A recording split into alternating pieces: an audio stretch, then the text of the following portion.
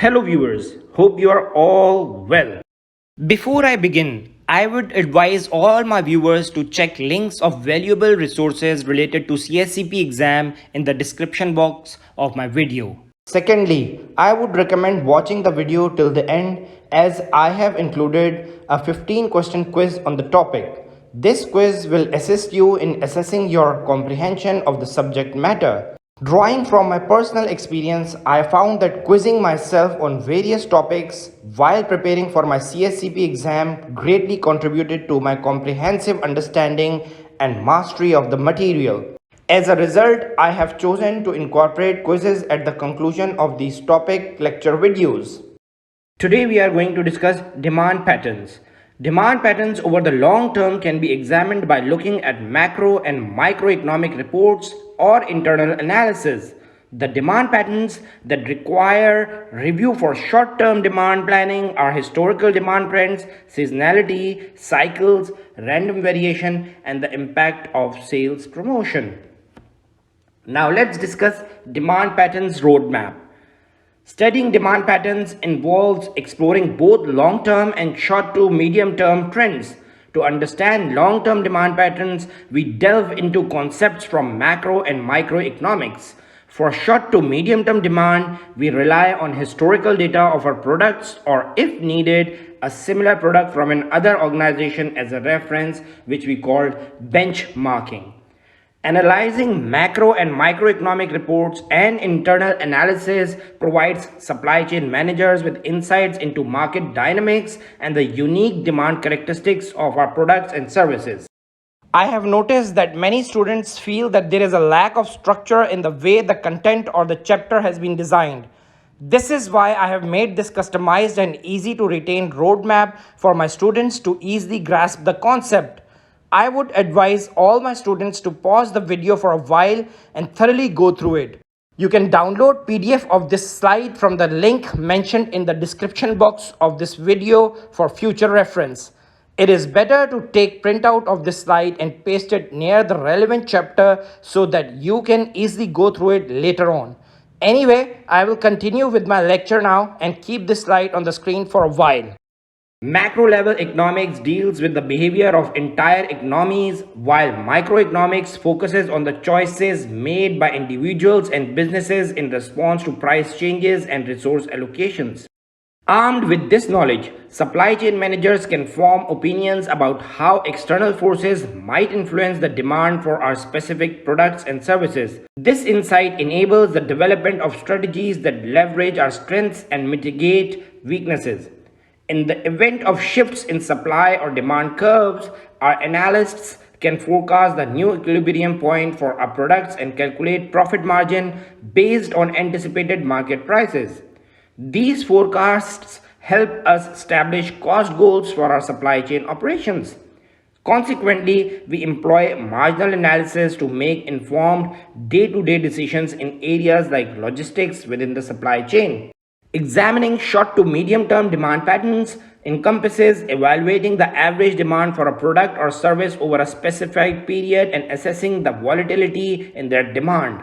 This volatility can stem from identifiable factors like seasonality or less predictable factors known as random variation.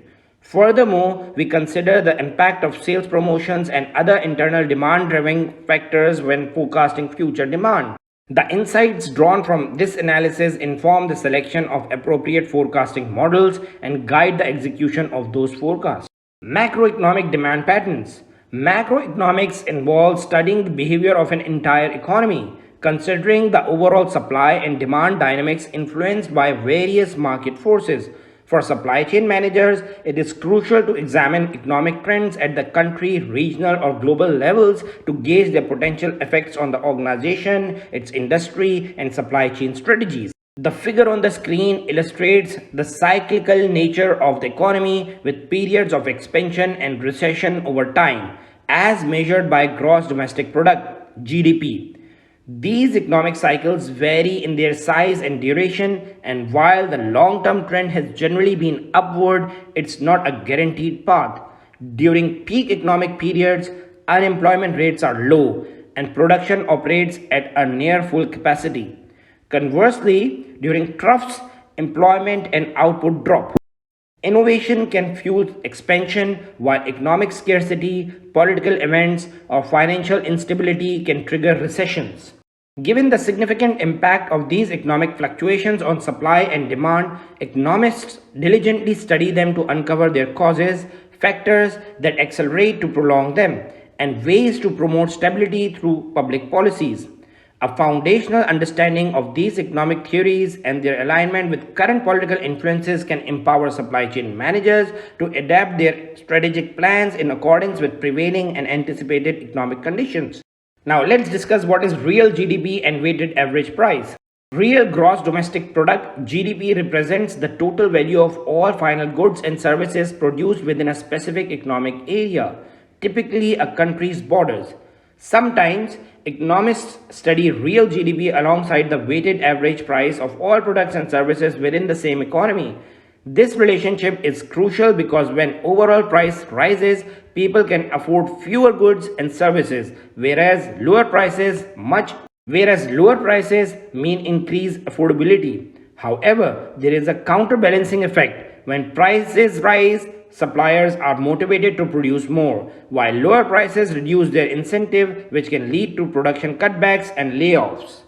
These opposing forces tend to find equilibrium in the long run. Now let's explore the impact of these macroeconomic forces at various stages of the economic cycle.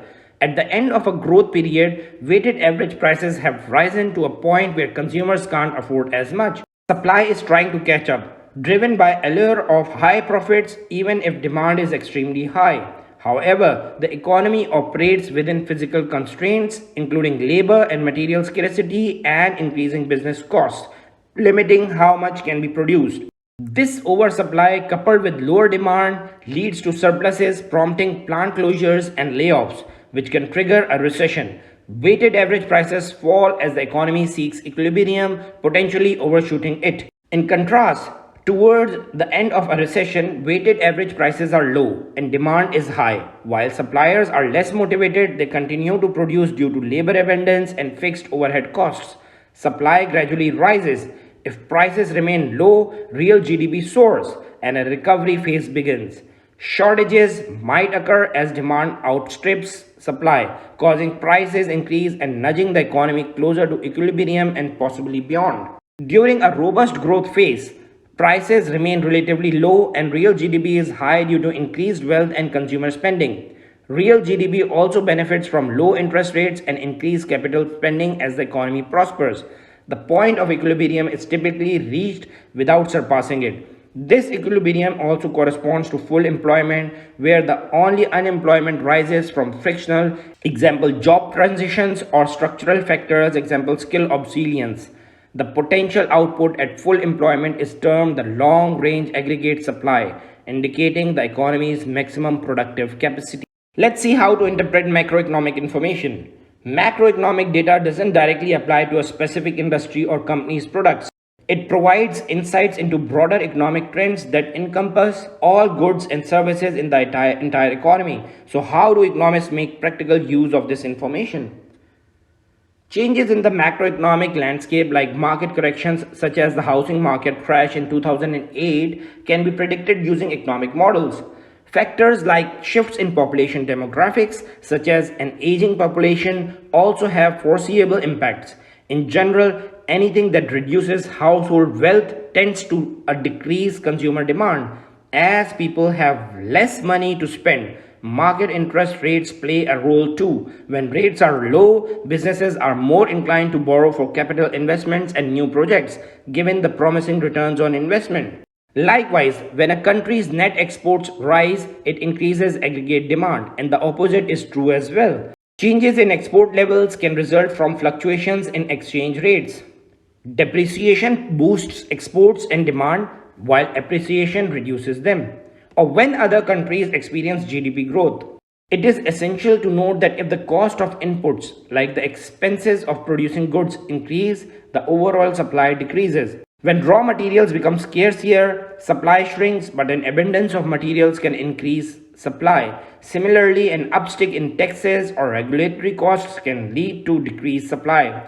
Increased productivity compared to the resources used leads to a higher real GDP levels at any price. This may stem from factors like the adoption of new technologies or a better educated workforce. Now let's have a look on inflation and deflation. Understanding price changes, inflation is a continuous increase in the overall price level within a specific area, while deflation is a sustained decrease in prices. One way to measure inflation is through a consumer price index, CPI, which records the prices of various consumer goods. Inflation occurs when consumers have more money to spend, but the supply of goods and services is limited. Inflation negatively affects creditors but benefit debtors. However, it can harm consumers on fixed incomes. One of the central roles of government central banks is to manage inflation. A modest, stable level of inflation is typically desired to minimize the risk of deflation, but high inflation or deflation must be avoided. Recessions and depressions. Economic downturns, a recession occurs when real GDP, the total value of goods and services produced, decreases for 2 consecutive quarters. If the economy experiences a significant and prolonged contraction, or if the long-term aggregate supply decreases during this period, it may turn into depression. Metrics. Tools for analysis. Supply chain managers need to monitor the macroeconomic landscape across different countries and regions. Beyond the consumer price index, the consumer confidence index (CCI) is a valuable indicator as it reflects consumers' sentiments about the economy and their purchasing intentions. Understanding human emotions, which can be irrational, is crucial in modern economics, unlike traditional models that focused solely on rational decision making. Another significant index is the Producer Price Index (PPI), which measures the prices domestic producers receive for their goods and services, offering insights into their perceptions of the economy. The PPI is also useful for establishing contract terms. Indices like these might have varying names and data collection methods in different countries, making cross-country comparisons more or less feasible. Global sources of information are particularly vital for supply chain managers, considering their international operations. Organizations like World Bank provide worldwide governance indicators for over 200 economies, tracking factors such as election fairness, rule of law, corruption control, and other transparency and efficiency measures. They also monitor GDP growth trends. In addition to GDP, various sources such as International Monetary Fund (IMF) and the World Trade Organization (WTO) publish economic indicators like gross national income, government fiscal metrics, surpluses, deficits, indebtedness, consumer savings, and foreign investment. Government agencies in individual countries also release economic metrics, while privately funded research organizations offer economic outlooks. Larger organizations might employ in-house economic experts or consultants. Additionally, risk management departments could compile economic reports and analysis for internal review.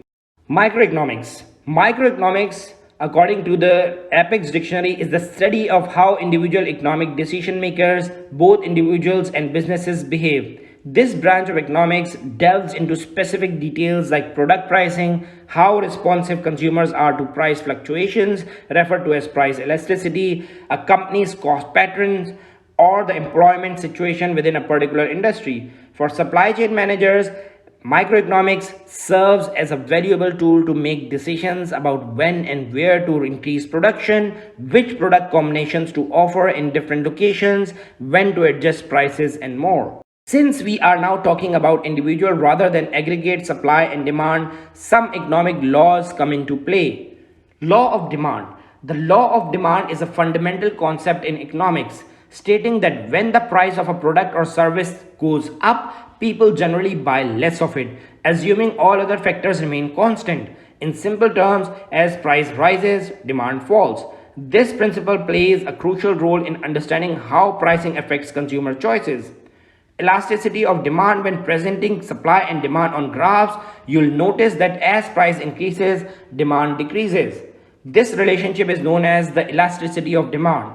It's rooted in economic ideas about scarcity and how pricing works in open markets. Scarcity implies that resources are limited, forcing individuals and businesses to make decisions about what they value most.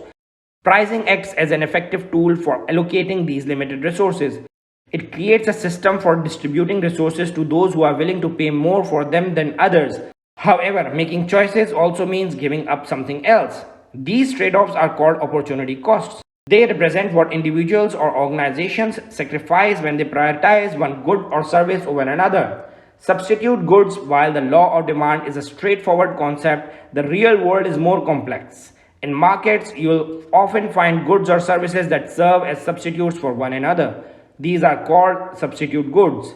The substitution effect suggests that the prices of substitute goods are interconnected. If the price of one good rises, people may turn to the substitute good, increasing its demand. When substitutes exist, consumers tend to pick the most cost-effective option. In the context, the law of demand becomes relative. If a company reduces its prices, but its competitors lower theirs even more, consumer expectations shift, and the company essentially experiences a price increase. Reinforcing factors. Several other factors support the law of demand. For instance, lower prices can boost demand due to the income effect. As prices decrease, individuals or organizations with limited budget can afford more units.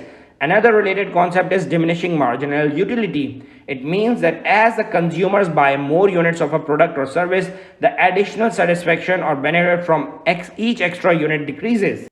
Law of supply. The law of supply, like the law of demand, is a core economic principle. It states that when the price of a good or service increases, the supply of that item will also rise. Higher prices motivate producers to create and sell more goods, making them available to the market.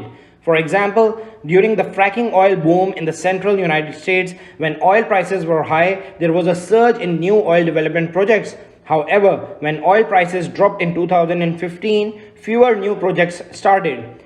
When prices rise again, these developers will have an incentive to resume drilling. Two other supply concepts of microeconomics are economies of scale and diminishing returns. Economies of scale means that as production increases, the cost per unit of output decreases because fixed costs like overhead get spread over more units. However, after a certain level of output, diminishing returns or diseconomies of scale can occur. This happens when increasing production leads to new costs that offset the cost per unit, making it unprofitable to produce additional units. Equilibrium and supply and demand. In both individual prices and overall supply and demand, there is a tendency towards equilibrium. The law of supply and demand asserts that the price of any good will adjust until the quantity supplied matches the quantity demanded. If there is a surplus, prices are cut to sell off excess inventory. In contrast, a deficit prompts price increases due to the scarcity of the product. The adjustment to equilibrium varies for different goods. Some reach balance faster than others. Price elasticity of demand. As household wealth rises, demand for some products will increase a great deal and others less so.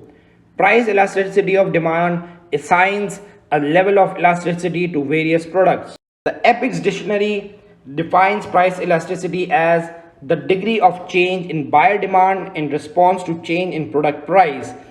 It is calculated by dividing the percentage of change in quantity bought by the percentage of change of price. Prices are considered elastic if demand varies with changes in price. If demand changes only slightly when the price changes, demand is said to be inelastic. For example, demand for most medical services is relatively inelastic, but demand for automobiles is generally elastic. Innovative products like smartphones are elastic because they rise or fall strongly in demand as price changes. Staple products like eggs are inelastic because they may not have much increase or decrease in demand as price changes. In general, low price items are generally inelastic and are less impacted by small price changes. Necessities are inelastic and luxuries are elastic. Demand is more inelastic over the short term and more elastic over the long term. Example, people pay more for gas for a while but may shift to a more efficient vehicle or bus if prices stay high for too long. Supply chain managers can look up or calculate the price elasticity of coefficients for their products and services. There are a number of ways to calculate the price elasticity coefficient, but a simple test is the total revenue test. If you drop the price and demand increases, and if the loss of revenue from the lower price is exceeded by the increase in revenue from more units sold, the demand is elastic. However, if you drop the price and the loss of revenue from the lower price is greater than the gain in revenue from the increase in unit sale, then demand is inelastic.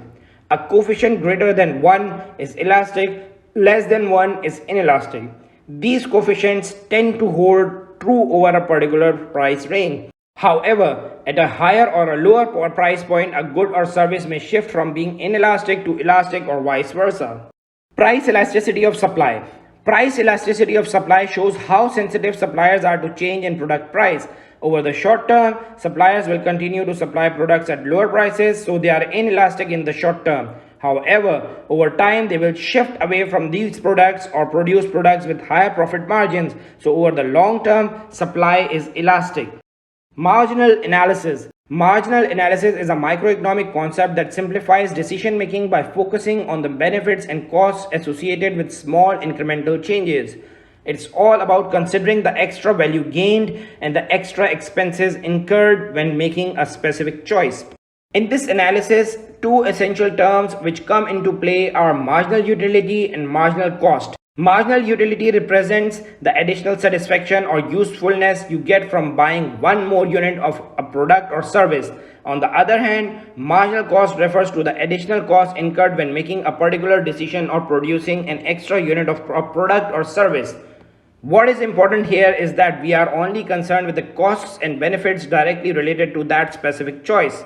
The guiding principle in marginal analysis is simple. If the marginal utility, additional benefits, outweighs the marginal cost, additional cost, it makes economic sense to proceed with that choice. Let's illustrate this practical example. Imagine you are in the business of transporting goods between two cities. The average cost to move one truckload of freight is Euro 1000 for a load of 10,000 kilograms, which translates to 0.10 per kg. Now, you receive an offer to fill some unused space in the truck for 0.05 per kg. Should you accept it? Using marginal analysis, you focus on the small incremental costs and benefits. The added cost includes a bit more fuel, some extra wear and tear on the vehicle, and the time spent for loading and unloading the extra cargo. The rest of the driver's time, insurance, and other fixed costs are ignored because they will be incurred regardless of your decision here. These are known as sunk costs. If the marginal cost for this new freight is Euro 0.02 per kg, you are left with a marginal net benefit of 0.03 per kg. In this scenario, accept the offer is the rational economic choice. The concept of utility as seen in marginal analysis can influence supply chain decisions, helping determine whether specific actions or processes add value in the eyes of the customer. This type of analysis is about making choices based on the incremental costs and benefits associated with those choices, enabling more informed and rational decision making. Now we are going to discuss short to medium term demand patterns. I have incorporated slide of demand patterns roadmap here again so that my students can have an idea about the topics we are going to cover under short to medium term demand patterns. So let's start with base demand. Base demand is the long-term average demand for a product or service. A number of factors can increase or decrease base demand, including trends, cycles, seasonality, random variation, and promotions or other internal drivers. The figure on the screen illustrates several of these factors that influence demand. Base demand is the average demand over 4 years. Seasonality is the large wave effect, and the trend is the increase in the size of the waves over time. A linear trend line is added. Random variation is the less than perfect shape of the waves. Let's discuss trends in detail. A trend refers to the overall direction in which a particular variable is moving over an extended period of time. This concept can apply to various aspects such as demand for a product or a specific attribute within a process. Trends represent long-term shifts, and there are two typical patterns they follow: linear and exponential. Linear trends display a consistent, steady movement over time. This can be upward, indicating growth, neutral, no significant change, or downward, suggesting decline. Think of it as a straight line on a graph, ascending, horizontal, or descending. The other pattern is exponential trends. Exponential trends are characterized by a rapid and dramatic increase or decrease over time. They can appear as a steep upward curve or a sharp decline, indicating a significant acceleration in the variable's movement. It is important to note that trends are not set in stone. They can shift direction at any point due to internal or external influences. These shifts can lead to new patterns, altering the trajectory of the variable in question. Therefore, understanding and monitoring trends is crucial for making informed decisions and adapting to changing circumstances. Now, let's discuss cycles and other external drivers. Cycles refer to recurring patterns of change in a specific direction lasting longer than a year. These patterns can be upward indicating growth, neutral with no significant change, or downward suggesting a decline. One prominent example of cycles is the economic cycles of recession and growth, which follow a wave-like pattern. It's worth noting that these cycles can sometimes be a driving force behind trends. External factors such as economic cycles, population growth, major events, or disasters can significantly impact demand. In forecasting, these external drivers are sometimes used to qualitatively adjust a quantitative forecast. This means that they are incorporated into the forecast to account for their potential influence.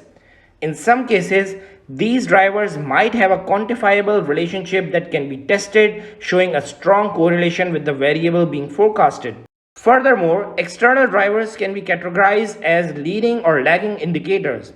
Leading indicators provide early signs of a potential trend change, offering a heads up on what might happen. Lagging indicators, on the other hand, validate or confirm an existing trend by providing data that reflects what has already occurred. Understanding and considering these external factors is essential for creating more accurate and robust forecasts, as they can play a crucial role in influencing trends in demand. Let's discuss seasonality. Seasonality refers to the regular, predictable pattern of demand that occur within a specific time frame during the year.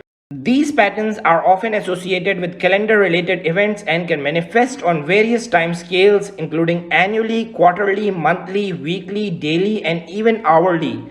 Seasonal fluctuations in demand are influenced by factors like holidays, weather conditions, and other recurring events. For instance, the holiday season typically sees increased demand for various products as people shop for gifts and celebrate special occasions. In the retail industry, there is a well-established pattern of heightened demand during this time of the year. Similarly, the demand for cold beverages tend to rise in the summer due to hot weather, while winter might boost the sales of heating equipment and warm clothing. Understanding seasonality is essential for businesses and supply chain managers because it allows them to anticipate and prepare for these recurring shifts in demand. By analyzing historical data and identifying seasonal trends, organizations can make informed decisions about inventory management, production schedules, and marketing strategies to ensure they meet customer demand effectively during these periods of fluctuation. In practical terms, seasonality can often be addressed through statistical techniques that remove these recurring patterns from historical data, allowing for more accurate forecasts. Cycles, on the other hand, present a greater forecasting challenge because of their extended time frames and susceptibility to change. Supply chain managers and analysts need to account for both seasonality and cycles in their demand forecasting processes to make informed decisions and effectively manage inventory, production, and resource allocation. Let's discuss promotions and other internal drivers. Promotions and other internal drivers play a significant role in influencing consumer demand and sales. Promotions refer to marketing strategies and activities that are designed to stimulate consumer interest and boost sales. They can include discounts, special offers, advertising campaigns, and other tactics aimed at attracting customers. Successful promotion can lead to a measurable increase in demand for a product or service. When customers perceive added value or lower prices, they are more likely to make a purchase. Promotions that occur regularly may align with or reinforce seasonal demand patterns. For example, holiday sales promotions during the Christmas season often follow a seasonal uptick in demand for gifts and decorations. Now let's see what are internal drivers. Internal drivers of demand are factors within a business or organization that can influence consumer interest and sales. These drivers may include strategies related to product placement, pricing, packaging, or branding. Internal drivers are aimed at shaping consumer behavior and preferences. Effective internal drivers can lead to increased demand for a specific product or brand. To account for the impact of internal drivers on demand, businesses often use associative forecasting techniques. This involves using data on internal activities such as marketing spend or changes in product features to predict how these drivers will affect consumer demand. It is worth noting that promotions and internal drivers can explain a significant portion of sales variations in many industries. The effectiveness of these strategies is measured by their ability to influence consumer behavior and drive sales. Consequently, demand forecasting often incorporates these factors into the analysis, especially when assessing short-term changes in demand. Let's discuss random variation, which is also known as irregular variation. Random variation is a concept in demand analysis that refers to unpredictable fluctuations in data that result from uncertain or random events. It represents the part of a data series that cannot be explained by other factors such as seasonality, trends, cycles, or promotions. Here is a closer look at random variation in demand analysis. Random variation is inherently unpredictable and does not follow any discernible pattern or trend. It is what remains after accounting for and removing other known components of demand, such as seasonality or cyclical patterns. In the context of statistical process control (SPC), random variation is akin to common cause variation. Common cause variations are those that are inherent to a system and cannot be attributed to specific identifiable factors. In statistical process control, this is contrasted with special cause variations, which are due to specific and identifiable factors that affect the process. In demand forecasting, it is essential to differentiate between random variation and other components of demand. Understanding random variation is critical because it helps establish a baseline of what can be expected due to random or uncontrollable factors. This understanding is valuable when assessing the effectiveness of various forecasting models and strategies. Demand data stripped of all components except random variation typically conforms to a normal distribution, often depicted as bell curve. This is because random variation is assumed to follow a stochastic or probabilistic pattern. While trends, seasonality, cycles, and promotions are considered special causes that have identifiable effect on demand, random variation is the common cause variation that is less amenable to explanation. The goal of demand analysis is to minimize the random variation by identifying and incorporating more explainable factors into forecasting models. Let me summarize. Random variation in demand analysis represents the part of demand data that cannot be attributed to specific factors or patterns. It is essential for understanding and improving the accuracy of demand forecasting by isolating and accounting for this unpredictable component of data.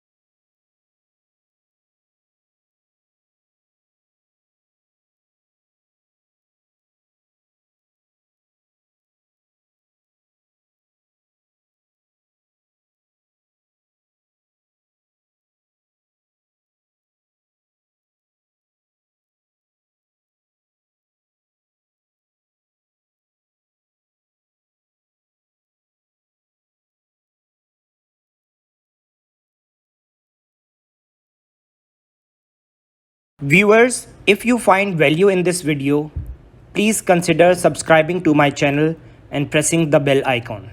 Thank you.